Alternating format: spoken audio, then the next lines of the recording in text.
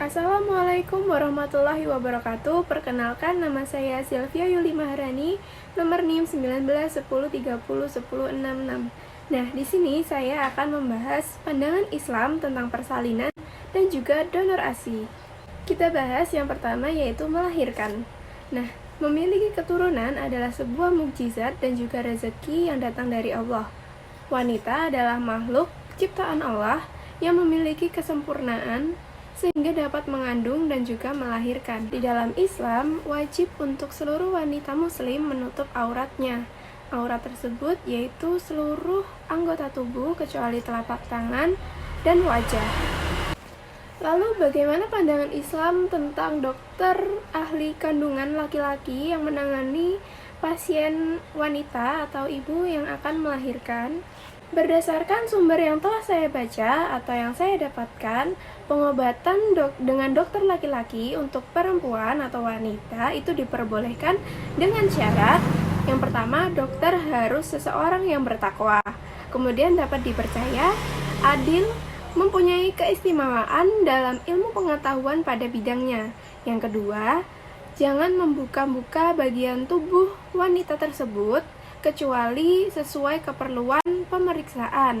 Lalu yang ketiga, selama pengobatan harus didampingi dengan mahramnya, yaitu suami atau ibu atau saudara perempuannya. Dan yang keempat, seorang dokter tidak boleh non-muslim selama masih ada yang muslim. Dan yang paling penting dari syarat-syarat tersebut adalah tidak ada dokter wanita yang mampu menangani penyakit yang dialami pasien atau wanita tersebut. Nah, dasar hukum hal tersebut adalah firman Allah yang artinya Allah menghendaki kemudahan bagimu dan tidak menghendaki kesukaran bagimu. Lalu ke pembahasan yang berikutnya yaitu nifas. Nifas adalah darah yang dikeluarkan oleh rahim saat melahirkan dan sesudahnya, sampai batas waktu yang diketahui. Menurut Abdurrahman 2005, darah yang dikeluarkan itu adalah sisa darah selama masa kehamilan karena kehamilan tersebut. Takaran maksimal bagi keluarnya darah nifas ini adalah 40 hari sebagaimana diriwayatkan dari Ummu Salamah. Ia berkata, pada masa Rasulullah, para wanita yang sedang menjalani masa nifas menahan diri selama 40 hari atau 40 malam. Hadis riwayat Abu Daud dan Tirmizi. Sehingga para ulama dari kalangan sahabat Rasul dan para tabi'in telah menempuh kesepakatan bahwa wanita-wanita yang sedang menjalani masa nifas harus meninggalkan sholat selama 40 hari.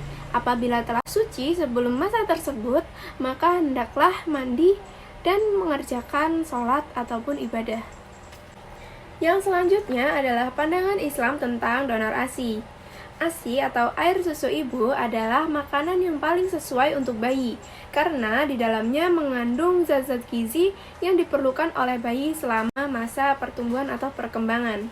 Sesuai dengan firman Allah, Quran Surat Al-Baqarah ayat 233 yang artinya, para ibu hendaklah menyusukan anak-anaknya selama 2 tahun penuh, yaitu bagi yang ingin menyempurnakan penyusuan.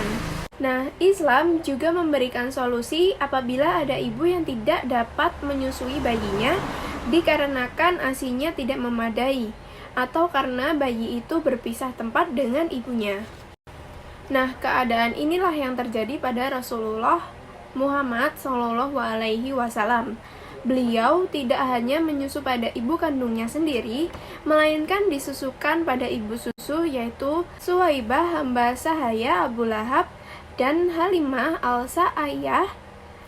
Dan hubungan ini antara ibu yang menyusui dan anak menjadi mahram, yaitu orang yang tidak bisa menikah atau haram dinikahi selamanya.